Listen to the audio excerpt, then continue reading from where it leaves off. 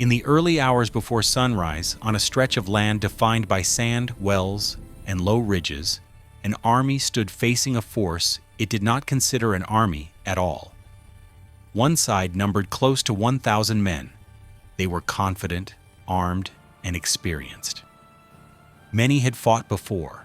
Many expected nothing more than a brief show of force, followed by victory. Across from them stood barely 313 men. They were fewer in number, lighter in equipment, and far from home. By every visible measure, the outcome should have been obvious. And yet, before the day ended, the balance of power in Western Arabia would change forever. This confrontation did not emerge from ambition alone. It was the product of years of pressure, loss, and unresolved conflict. To understand why this moment mattered, it is necessary to step back from the battlefield and examine the conditions that made it inevitable. The story takes place in the Arabian Peninsula in the early 7th century.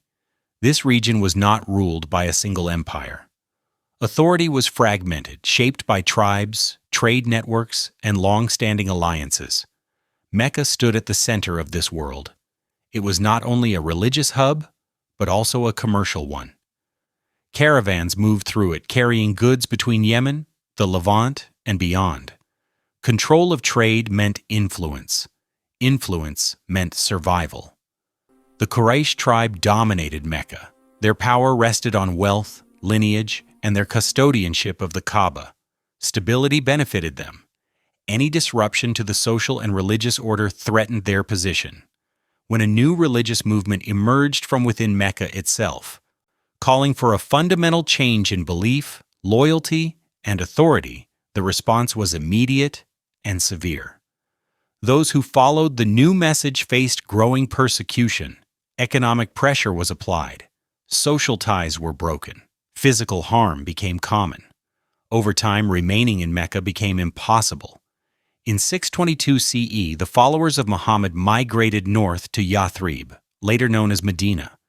This migration was not merely a relocation, it marked a political break. A new community formed, bound not by tribe alone, but by shared belief and mutual obligation.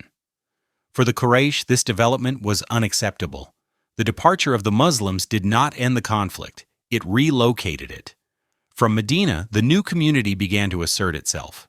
Trade routes that sustained Meccan wealth now passed near hostile territory.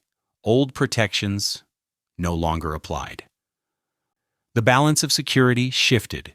Caravans became vulnerable, not through open warfare, but through the threat of interception. Each successful disruption weakened Meccan influence and strengthened the Medinan community. Tension escalated with every passing month. In early 624 CE, a large Meccan caravan returning from Syria became the focal point.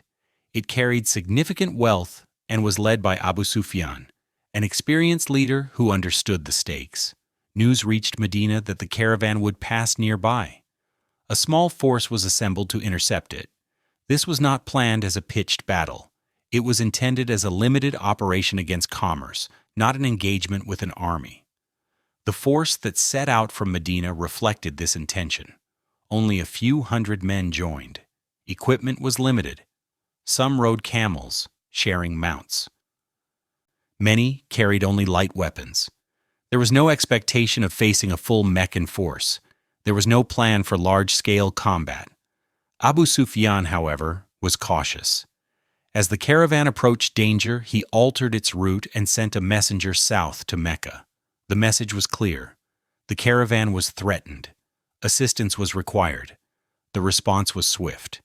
The Quraysh mobilized a large force, approximately 1,000 men, including experienced fighters, leaders from prominent families, and a significant number of horses.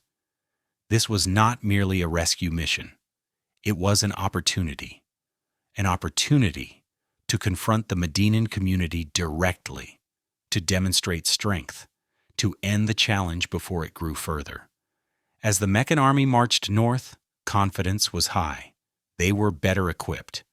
They outnumbered their opponent by more than 3-1. They were close to home, and supported by established alliances. From their perspective, this was a display of dominance, not a risk. When word reached them that the caravan had escaped and was safe, the strategic necessity of continuing disappeared. Some voices advised turning back. The caravan was secure. No further action was required. But others argued that withdrawing now would signal weakness. The Medinan community had challenged them openly. Retreat would be remembered. The decision was made to advance. On the other side, the situation was changing rapidly. The force from Medina learned that a Meccan army was approaching. This was no longer a raid. It was now a confrontation with a superior force. The choice was stark: retreat and accept the consequences, or stand and face an enemy that outmatched them in numbers and resources. The decision to stand was not made lightly. The men were consulted. The risks were clear. This was not a defensive position behind walls. This was open ground. Retreat would preserve lives, but it would also signal vulnerability. Standing carried the possibility of annihilation, but also the chance to establish legitimacy and resolve. What the smaller force understood was not based on numbers. It was based on cohesion. They were unified by purpose. They had endured loss together. They were not fighting to protect wealth or prestige. They were fighting to secure survival and recognition. They also understood the land. The area near Badr was not random. It lay along known routes and was defined by wells that controlled access to water. In an environment where water determined endurance, this mattered more than armor. As both forces moved closer, the imbalance remained obvious. One side advanced with songs, confidence, and visible strength. The other moved with caution, discipline, and awareness of what was at stake. The ground ahead would decide which understanding mattered more. This is where the confrontation begins. Not with the clash of weapons, but with movement. With decisions made days earlier now converging on a single place. A place that would soon be remembered not for its size or wealth, but for what unfolded upon it. As the two forces closed in on the area near Badr, the contrast between them became more pronounced. The Meccan army advanced as a demonstration of strength. Their numbers were visible from a distance. Banners marked the presence of leading families. Horses moved at the front, a symbol of dominance in Arabian warfare. This was not an army expecting resistance. It was an army expecting acknowledgement of superiority. The Medinan force arrived earlier and faced an immediate decision that would shape everything that followed. Control of water in this environment was decisive. The region around Badr was defined by its wells, scattered across uneven ground. Whoever held them could dictate endurance, movement, and morale. After assessing the terrain, the Medinan leadership repositioned. They moved closer to the wells and secured access, while denying it to the approaching Meccan force. This decision was not dramatic. It was practical, and it would prove critical. As night fell, both sides settled into uneasy proximity. The Meccan army camped with confidence, convinced that numbers alone guaranteed the outcome. Many saw the next day as a formality. Their opponents, though fewer, were calm.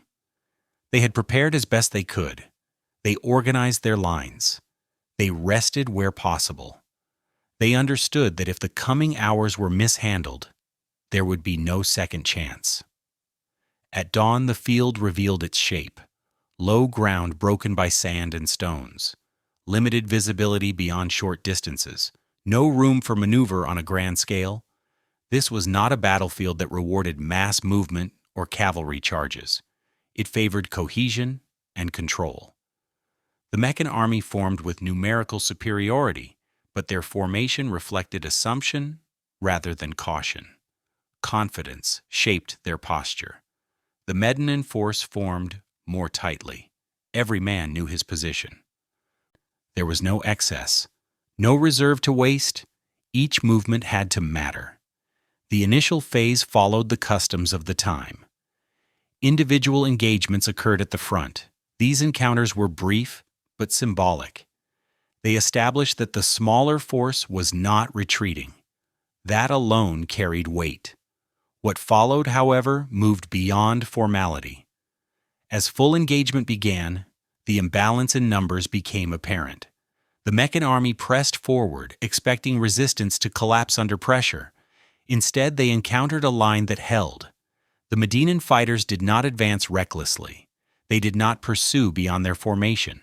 They absorbed the attack, maintaining order. Water deprivation began to matter. The Meccan soldiers had marched hard. Access to wells was limited. Fatigue set in earlier than expected. The psychological effect of thirst compounded the strain of combat. Confusion emerged not all at once, but gradually. Commands became harder to relay across a larger force. Individuals acted on instinct rather than coordination. Small gaps formed. In contrast, the smaller force retained cohesion. Their unity compensated for lack of numbers. The battle intensified. Losses occurred on both sides, but the effect differed. For the Medinan force, each loss was felt immediately, reinforcing resolve rather than panic. For the Meccan army, losses disrupted expectations. This was not how the confrontation was supposed to unfold. At a critical moment, momentum shifted. Leaders within the Meccan ranks were killed or incapacitated. The impact was disproportionate. Authority fractured. Morale weakened. What had begun as an assertion of dominance began to feel uncertain. The smaller force recognized this shift. They pressed deliberately. Not with chaos, but with control. Pressure increased where resistance faltered. The Meccan formation began to lose coherence. Retreat was considered, but pride delayed it. Delay increased losses. By mid-morning, the outcome was no longer theoretical. It was unfolding visibly. Individuals from the Meccan army began to disengage, not as a coordinated withdrawal, but as isolated decisions. Once that process began, it accelerated. The Medinan force did not pursue blindly. They maintained structure. Their objective was not annihilation. It was to break the opposing force's ability to continue. That objective was being met.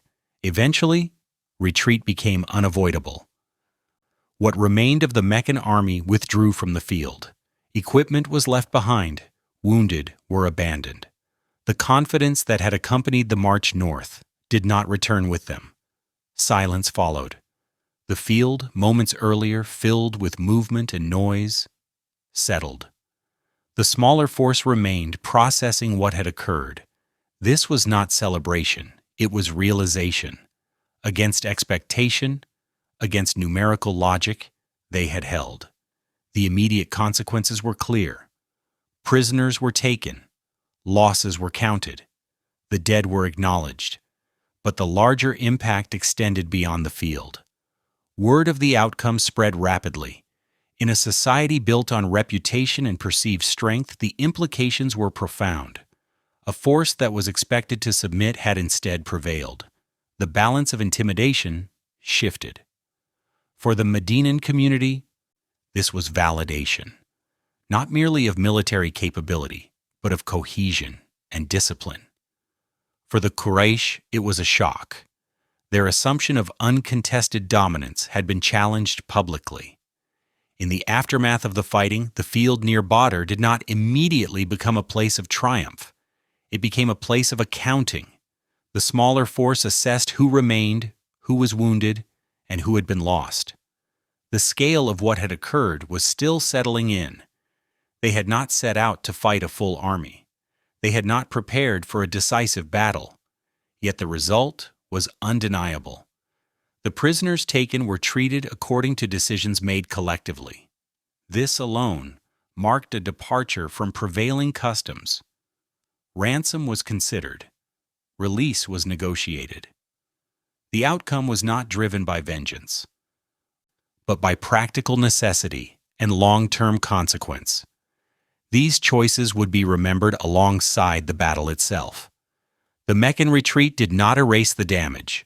Prominent leaders had been killed. Authority figures whose influence extended across tribes were gone. Their absence altered internal dynamics within Mecca. Questions emerged that could not be dismissed as misfortune. How had a numerically superior force failed so completely? How had a smaller, less equipped group prevailed? The answer could not be reduced to chance. The battle exposed weaknesses that had been hidden by confidence. Assumptions about inevitability collapsed. Control of water, terrain awareness, cohesion, and leadership continuity proved decisive. Numbers alone had not guaranteed control. News traveled quickly along trade routes and through tribal networks. Accounts spread with variation, but the core remained consistent. The Medinan force had stood its ground. The Quraysh had been forced to withdraw. The psychological impact extended far beyond those who had been present. For neutral tribes, perception mattered. Power in Arabia was not centralized. It was relational. Alliances shifted based on perceived strength and reliability. The outcome at Badr recalibrated those calculations. The Medinan community was no longer viewed as a displaced group surviving on the margins. It was now recognized as a force capable of defending itself and influencing outcomes. For the Quraysh, the defeat imposed constraints. Future decisions had to account for a changed reality. Retaliation was considered inevitable, but it would require preparation. Confidence could no longer substitute for planning. The balance of intimidation that had once favored Mecca exclusively was broken. Within Medina, the consequences were equally significant. The victory did not eliminate threats, it clarified responsibility. Unity was reinforced, but so was awareness of vulnerability. The community understood that this outcome would invite further confrontation. Survival would depend on sustained discipline, not a single success. The battle did not end the conflict. It defined it. In the years that followed, engagements would continue. Alliances would form and dissolve. Power would shift incrementally. But Badr remained distinct. It was not the largest battle. It was not the most destructive. Its importance lay in timing and implication. It demonstrated that cohesion could offset numerical disadvantage. That preparation could neutralize material superiority. That belief, when combined with discipline and strategy, could alter outcomes that appeared predetermined. For historians, Badr marks a transition. Before it, the Medinan community existed under constant pressure, asserting itself cautiously. After it, it was recognized as an actor that could not be ignored.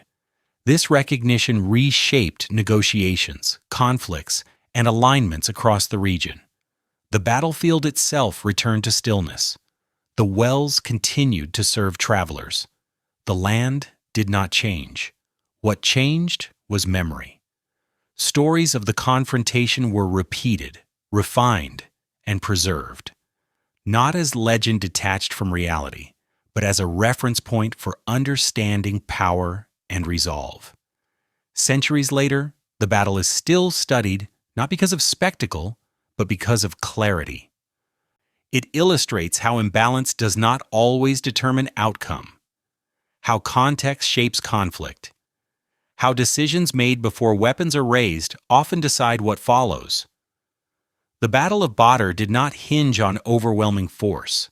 It hinged on timing, terrain, cohesion, and resolve. That is why it endures, not as a tale of numbers, but as a demonstration of how history can turn when assumptions fail and preparation holds.